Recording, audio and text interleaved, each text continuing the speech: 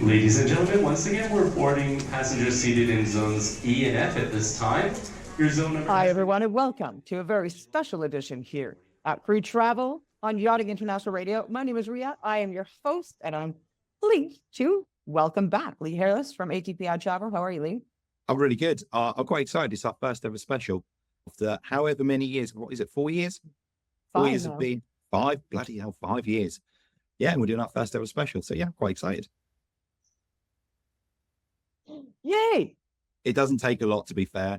So yeah, no, this is very exciting in my life. You need to get out more. Mind you, I can say the same for myself. I really do. Yeah. But the only excitement I get is when I talk to you once a week. So we're good. Yeah, see? This is our fun for the week. Yeah. How sad, really. Air Turbulence. Now, over the past, I would say, year, we have seen more and more stories coming out in the news in travel about different issues in the air turbulence. Some passengers have been killed. Many have been injured. It's becoming an ever-increasing problem. And as we see with the effects on storms on land, recently with Hurricane Milton, it is also affecting air travel.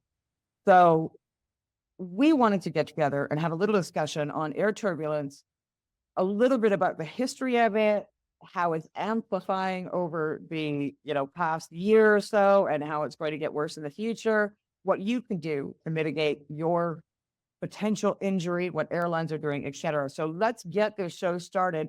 Let's start with, what is air turbulence?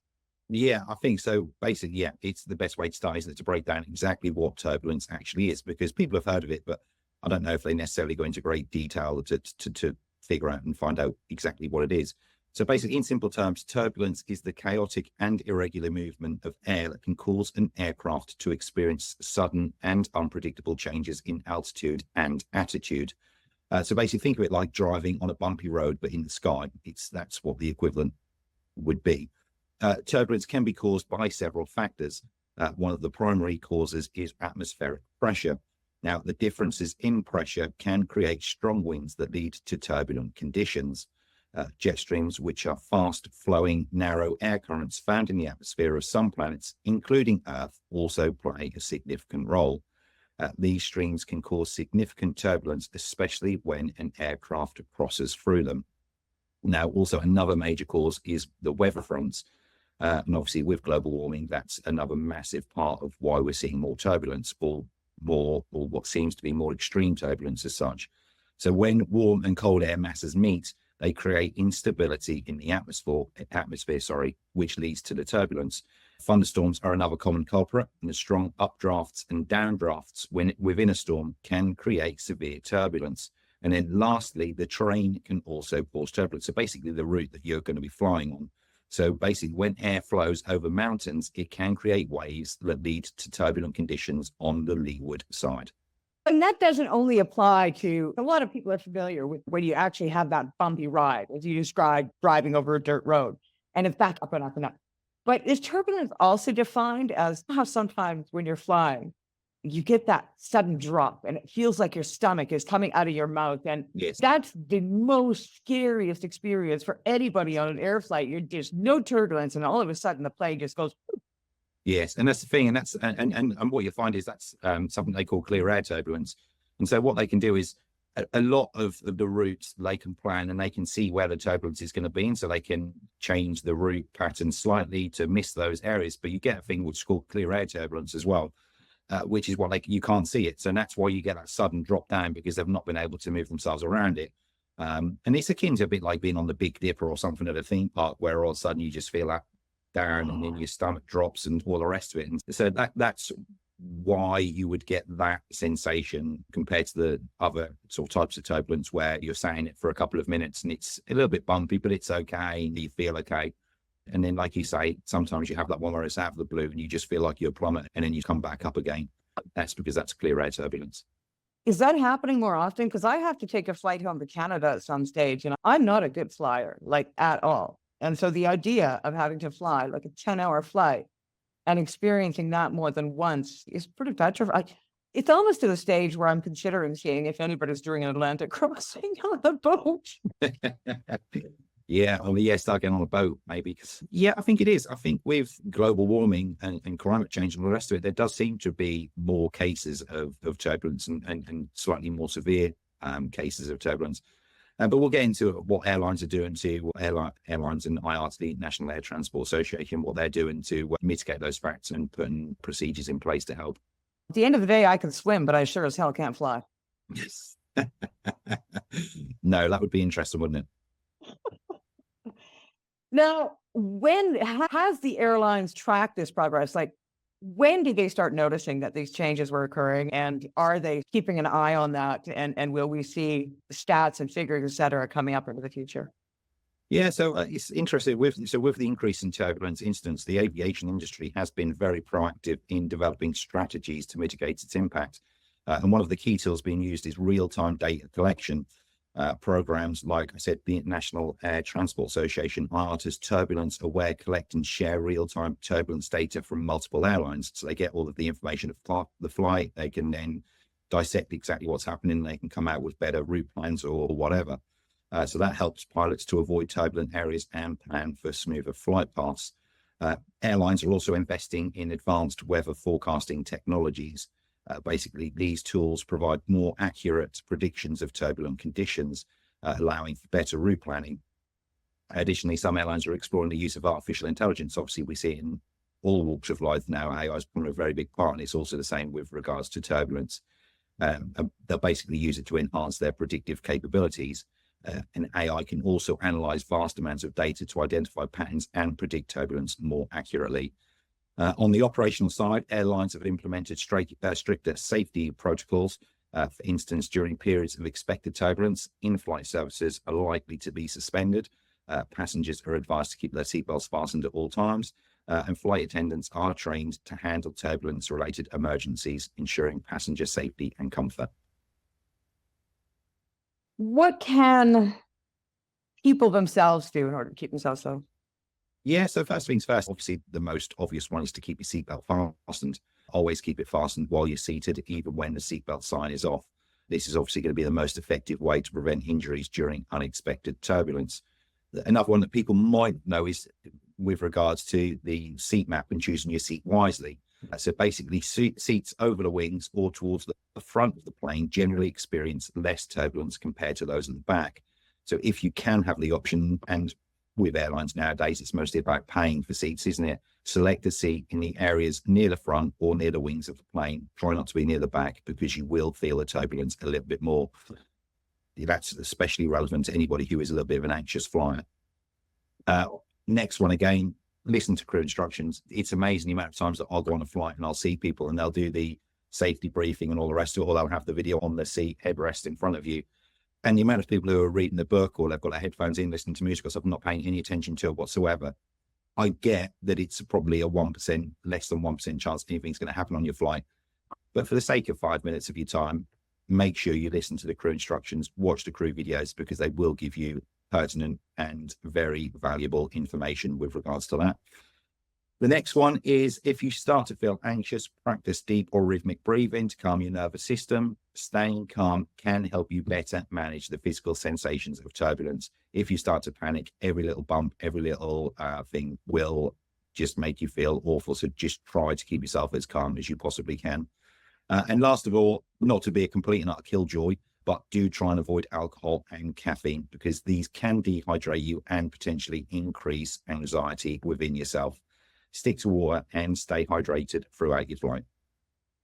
What I used to do before I had kids is I would go to the doctor and I would get those anti-anxiety medication. You're only supposed to take one, and I would take 3 and let them dissolve underneath my tongue, and I would just sleep for the entire flight. Oh, what? That absolutely works. I'm not going to justify taking drugs for a flight, but if it works for you, then you go for it. The problem is now I have kids, right? So anytime I fly, I'm the responsible adult. So you can't do that. You've got to be, and you've got to hold it together, right? Because your kids are looking to you for direction. So if you're like freaking out and screaming, I'm going to die, then your kids are it's just chaos, right? It is, exactly right. I think the last flight I took was about 5 years ago. And there was a couple of times that we hit some turbulence, and oh my goodness, I was just panicking, but I had to pull it together because I had 2 kids sitting on either side of me and I had to be the adult. It is a scary feeling. I don't think it matters how many times you fly. It is a scary feeling when, especially like you say, when you get that real big drop, that's the one. Your heart goes out of your mouth, and it can be really scary. But I think if you read and you see the amount of actual incidents where turbulence has injured, or in the case that was recently somebody died with regards to turbulence, is very minor. And these airlines are very well equipped to deal with things like turbulence. Not only that, too, you look into the statistics and you're more likely to die from a traffic accident on land than you are, like by massive percentage, than you are in a plane crash. But I think part of that is a control issue as well, because you're not flying the plane, right? Exactly right, isn't it? It's the whole thing about not having any control. You're 33,000 feet up in the air, and there's literally nothing you can do about it. So a lot of it is about control. I totally agree. Yeah, it's a lot of trust to put in a couple of people, and they're responsible for hundreds of lives every time they go up in the air. Exactly right. Yeah. But these guys have done a lot of training, a lot of years of training, and a lot of flight hours to get themselves into that position. Oh, for sure. I have an uncle and a cousin that were both commercial airline pilots. So I do know. And even though I know that, and I know how long they worked for an airline and the amount of long haul flights that they did, it's difficult. Once you have that fear in your head, it's really difficult to get rid of it. But in all honesty, if you consider, if I were to do an Atlantic crossing to get me home to Canada, that would take a few weeks. Whereas on an airplane, it's taken me 10 hours. Exactly right. Yeah. And you can't drive either. You need to get one of them amphibious cars. You'll be fine then. Hovercraft. Yeah, I'll do you. Yeah, although unfortunately, I don't think there's one of those way stations in the middle of the Atlantic Ocean that I can stop and fuel up. No, I think you might be struggling to find one of those.